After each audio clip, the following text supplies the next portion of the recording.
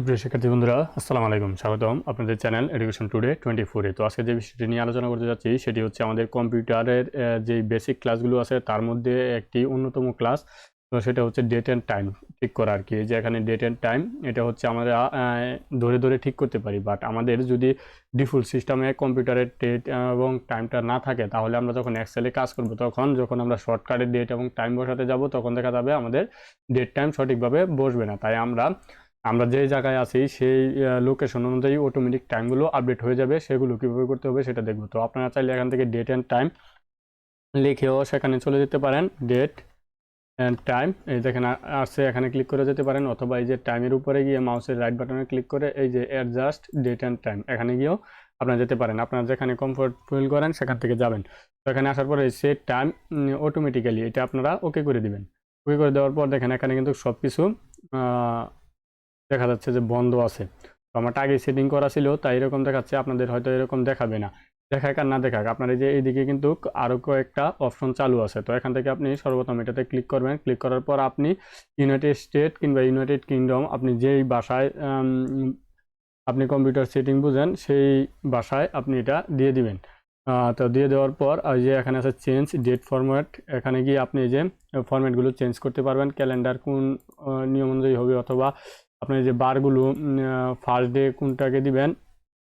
তো আমি এখানে স্যাটারডে ফার্স্ট ডে হিসাবে ধরে নেই। এখানে যে তারিখ ফরম্যাটটা কীভাবে দিবেন এটা আপনি এখানে দিয়ে দিবেন, যে কোন ফরম্যাটে আপনার তারিখটা থাকবে এটা এখান থেকে দিয়ে দিবেন। এবং এখানে যে আপনার বার সময় এগুলো আপনি এখান থেকে সেটিং দিতে পারেন, এবং টাইমটা কি নিয়ম অনুযায়ী বা কোন পদ্ধতিতে থাকবে এটাও আপনি এখানে দিতে পারেন। অথবা এই যে এখানে আপনি লং টাইমটাও সেট করতে পারেন, সেকেন্ড কিংবা টাইম হিসাবে ওঠার জন্য এভাবে আপনি দিতে পারেন। তো এটুকু হয়ে গেলে এখানের কাজ শেষ। আপনি ব্যাগে আসবেন।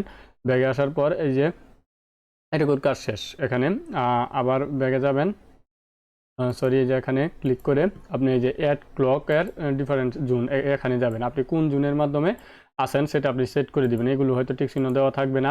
তো এই যে লক আছে, তো এই যে ডেট অ্যান্ড টাইম এখান থেকে আপনি ডেট অ্যান্ড টাইমটা চেঞ্জ করে দিবেন। আমি আবার দেখাচ্ছি এই যে ওপেন করার পর এরকম আসবে।